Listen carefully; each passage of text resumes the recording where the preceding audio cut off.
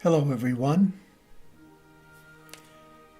I would like to come clean about some things that have occurred so far in my attempt to share with you what has been shared with me by Spirit. First of all, I'm still undergoing my transformation, so you're not hearing words that are formulated by an enlightened mind, yet a mind that has been exceedingly blessed. So I have made some errors on various levels previous to this video, and I'll probably make some more, both inwardly and outwardly. But here's the simple truth.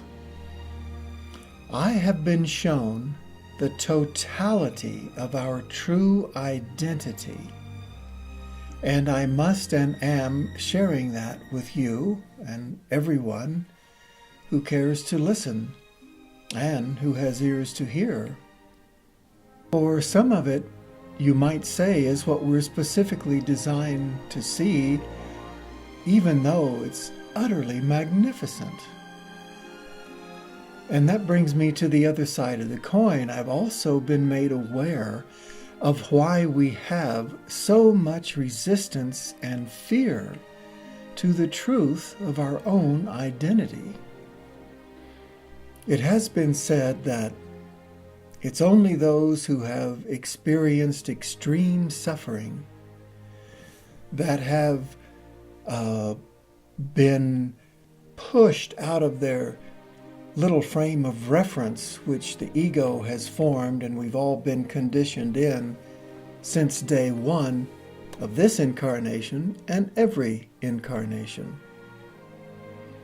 But now, in this age of information, there is a raising of consciousness and a curiosity like never before that wants to go beyond what religion offers into the personal, mystical, spiritual experiences that actually answer our questions because, for one, we don't want to continue to be reincarnated into a world where there's separation and suffering. And in that regard, there's a line from A Course in Miracles that says, what is in heaven must be hell. There's no suffering and separation of any kind in the Paradise Kingdom, our true home and being. I want you to know how utterly, magnificently holy and divine beyond all words and possible descriptions that you actually are in your true identity. Our spirit, your spirit, not to be confused with the soul. We'll talk about that later. There's a particular way that all of these dots have been connected for me by the grace of God that I know for some of you will be quite beneficial. Not only will they bring clarification and save you a great deal of time, but they will guide you in a way that will be different once you connect the dots in your own mind that I'm going to help you connect. But you must connect them for yourself. In fact, all along the way, you must have your own experience. You must learn to leave religion behind so that you do have your own experience. And that brings me to your individual and personal transformation. Again, it's in two parts. First is the readiness. The other side of the coin is the transformation itself. That's what we're all looking for. But you can't just have a spiritual experience that changes your life and think that you've been born again. I mean, you can think that, but that's the tendency to level off, which is rampant everywhere I go, and including some very bright teachers.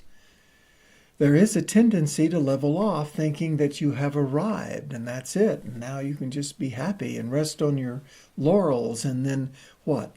Wait to die? Are you going to buy into the believe in Jesus, die, and go to heaven? I wouldn't recommend it. There is a death, and that death occurs when you are ready for it via the transformation that is the readiness that occurs by your little willingness and a whole lot of grace.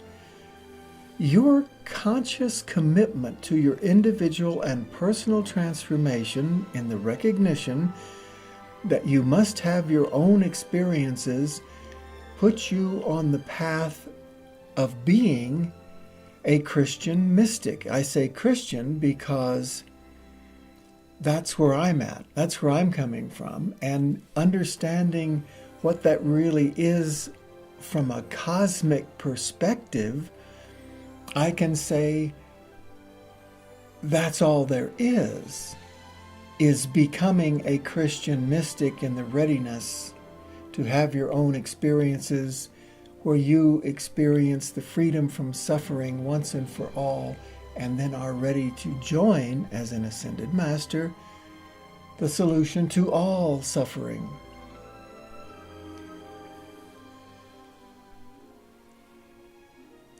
Your individual and personal transformation is literally the purpose of life. There is no other purpose. This is a purposeless and meaningless world that was not created by God. We created it.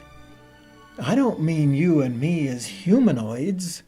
I mean you and I before and during the fall from grace. I want you to be aware that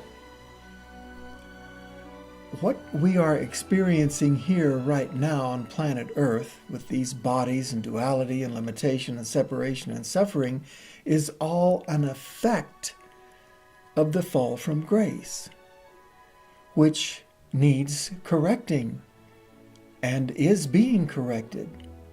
But it's an individual and personal thing because there is a law that will not interfere with your free will. There is a law of grace that will guide your will, but higher self, Holy Spirit, angels, archangels, ascended masters, ETs, whatever. There is a law that says you can't mess with somebody's free will, because that free will came from Creator Source. It's an infinite and eternal and therefore divine aspect of our being and identity, just as pure being awareness is infinite and eternal. There's more to us, even on earth, that is as above, so below, but we'll talk about that later. The simplest of all is will and awareness. Okay? You are that.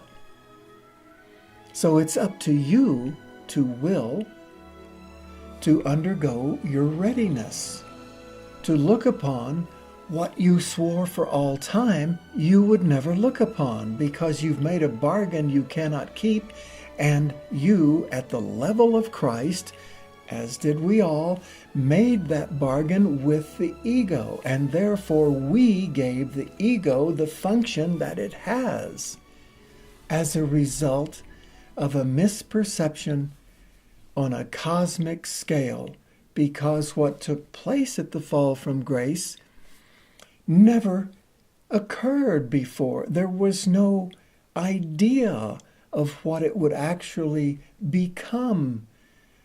Nothing had ever been like it before. Nothing. Zero. There was no way to know where it could end up. I put together the story of the cosmic drama in 4 parts on the YouTube channel, The Prodigal Son Project. It's in place for a damn good reason. It took a long time to make it, and it's for you.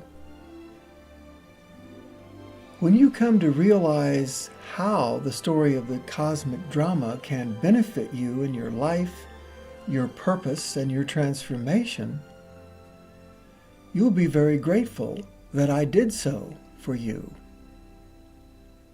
Because it's not conjecture. It may not be 100% correct, but it's pretty much on the money. And that comes from both personal experiences that cannot be denied because they came from Spirit, and some of the greatest teachings on the planet, not the least of which is A Course in Miracles. The name of the Prodigal Son Project is in place because you are the prodigal son. It's not another Christian religion deal at all. It's wanting you to experience how the parable of the prodigal son can literally come alive in you and change your life. A simple little one-page parable when you really get the deeper meaning of it that you won't find in religion. Thank you. Bless you. Bye for now.